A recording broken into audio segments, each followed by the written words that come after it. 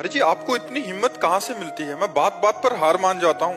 क्या कुछ समझ नहीं आता महाराज जी। माया के द्वारा जब कोई बहुत मार खा लेता है तो दो चार थप्पड़ उसको समझ में नहीं आते, नहीं आते ना। बहुत बचपन से माया की मार, कहीं प्यार नहीं, कहीं दुलार नहीं, कहीं भोजन नहीं, कहीं कोई व्यवस्था नहीं, हर समय कठोरता पूर्वक अपने आप से लड़ना ही लड़ना केवल।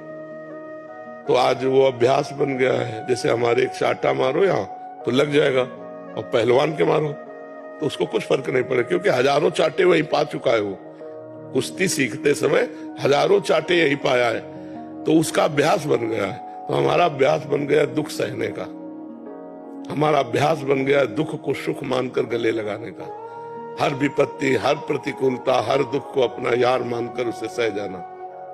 महाराज जी लगता कोई साथ नहीं देते, किसके साथ रहे, कौन साथ देगा, कौन किसके साथ रहे? तो कोई नहीं, भगवान का साथ बनो।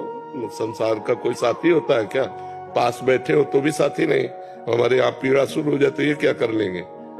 यहाँ की पीड़ा को तो हरि ही जानते हैं ना, वो यही विराजमान हृदय में, तो वो अपना आनंद देने लगेंगे। पीड़ा एक तरफ है, आनंद एक तरफ है, तो हम आनंद वाले हैं तो भगवान के आनंद में डूब गए, तो पीड़ा अपने आप कट गई, पीड़ा का समय निकल गया। ऐसे ही आनंद स्वरूप भगवान में जब चित्त है तो सब प्रपंच के दुख झेलते हुए आराम से पार हो जाते हैं। इसलिए कहते हैं अध्यात्म के बिना जीवन मृत जीवन। अध्यात्म जीवन ही जीवन है, जिसमें ज्ञान का प्रकाश है, भक्ति का प्रकाश, वही जीवन है, और तो सब व्यर्थ जीवन है। बड़े भाग्यशाली हैं जिनको अध्यात्म में रुचि है, मनुष्य शरीर होकर जो भगवान के भजन में रुचि कर रहे हैं, बड़े भाग्यशाली हैं। वो अभागी जन है जो भोगों में, नशे में, गंदी आदतों में अपने समय को नष्ट कर रहे हैं। बाद में इनको पछताना पड़ेगा। जब जाने का समय आएगा तो इनके पास कुछ नहीं, वही पाप, फिर अन्य योनियों में, सुअर, कुत्ता, नाना प्रकार की योनियों में जाना पड़ेगा। अभी आप भजन करके देवता बन सकते हो, भगवान के स्वरूप बन सकते हो, भगवत पार्षद बन सकते हो।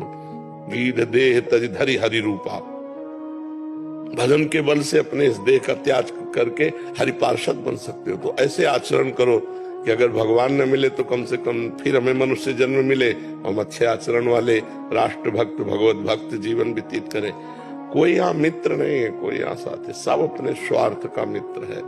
एक स्वार्थ रहित अगर कोई प्रेम करने वाला है तो भगवान है, भगवान के प्रेमी जन है, दूसरा कोई नहीं। जग में उपकार करने वाले स्वार्थ रहित दो ही हैं, भगवान और भगवान के भक्त। स्वार्थ रहित जग जुग उपकारी, तुम तुम्हारे सेवक असुरारी।